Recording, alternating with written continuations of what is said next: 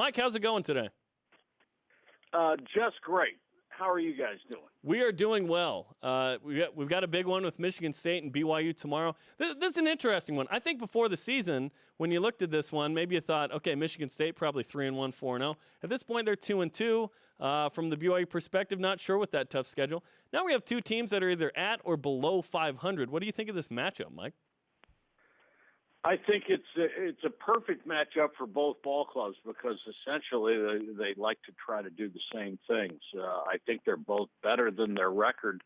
I mean, you look at BYU, with the combined point total of 3 losses, how close are you to 5-0? And Michigan State is pretty much in the same boat. They for the last 3 or 4 years, they've been one of those teams that seem to get every break in every game and have the kind of success that they did. They haven't gotten the breaks this year. They're for one of the few times in Mark D'Antonio's history, they're under the 500 mark in turnovers. They're -1 for the season, and usually at this point of the year, they're already +5 or 6. So they haven't been getting the breaks that they usually have over the course of a season, but it's still a pretty good ball club, although they're very young. You mentioned this BYU team has come up short by the smallest of margins in their losses. When you look at this team and the way it's constructed, what jumps out to you about the Cougars? Well, the first thing that jumps out to me is I have always been a huge Taysom Hill fan, always. I think the kid is remarkably talented, and I have felt so bad for him over the course of his career that he has suffered so many serious injuries that ended the year every time. And I think people have sort of lost track of the fact that the one year when he was healthy, he was probably the most dynamic runner in the entire country. I know that injuries take their toll, and over the course of the years, he probably doesn't have the speed or the quickness that he once had, but I think he's still a very dangerous quarterback, and I love the kid's attitude, always have. I think he is the leader of this ball club, and of course you got Jamal Williams coming off that awesome game that he had. So I think the potential for big plays is always there with these guys. And I'm really looking forward to seeing him in person, especially watching Taysom Hill. ESPN's Mike Patrick is on BYU Sports Nation. He'll have the call tomorrow with Ed Cunningham at Michigan State and BYU at 3:30 Eastern Time on ESPN2 or ABC. It depends on where you live in the country. BYU, as you mentioned, 2-3.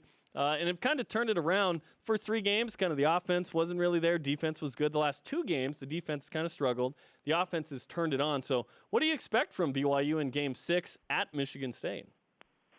Well, they have to stop the run because that's what Michigan State is built around. And statistically, at least, that's been the best part of the defense for BYU, 44th in the country in run defense. The pass defense certainly has struggled this year. But you're going to have to stop the run because that's what they're going to try to establish. So I think that's what we'll see, possibly 8 guys in the box early trying to force Michigan State to become a passing team.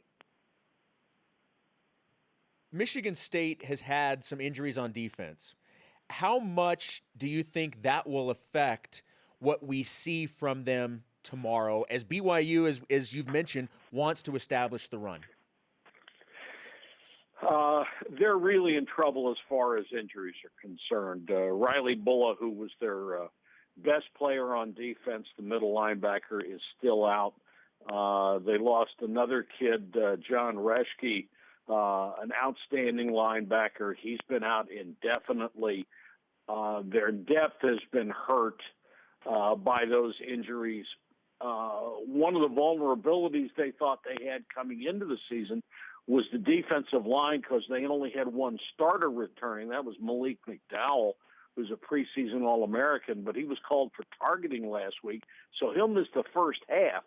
So you're going to have a front 4 that has very, very little experience, and they're going to need help from that linebacking core and perhaps a safety pulled up as well.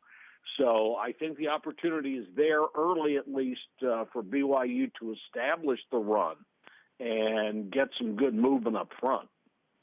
ESPN's Mike Patrick is on BYU Sports Nation. This is an interesting matchup because you just outlined the injuries and the targeting column. Malik McDowell is a big one. And you have this Michigan State team, and in the rhetoric in East Lansing is interesting. Some people calling for a different quarterback besides the fifth-year senior Tyler O'Connor. They've lost 2 games. They only lost 1 last year. So what kind of Michigan State Spartan team do you expect tomorrow? Well, I expect one that will fight because Mark D'Antonio's teams always do.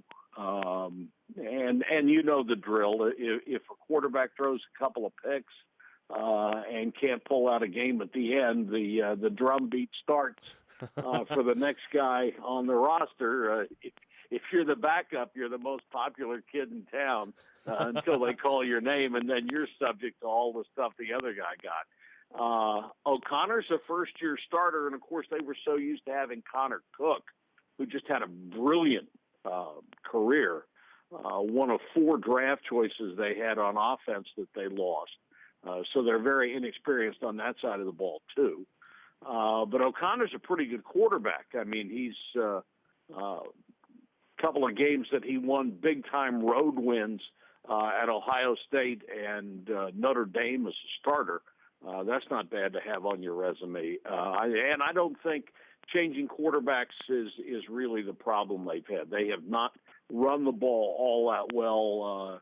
L.J. Scott is their leading running back. He only has 300 yards. And they're 69th in the country in running the ball. Usually they're in the top 15. When you're young and you have injuries the way that they have had, it's tough to really get good at anything. I think right now they're in the middle of the pack at everything. And, of course, the fans are not going to like it because they're not used to that. They've had 5 11-win seasons in the last 6 years. Mediocrity is not on their resume. Mike, one last question before we let you go, and we appreciate your time today.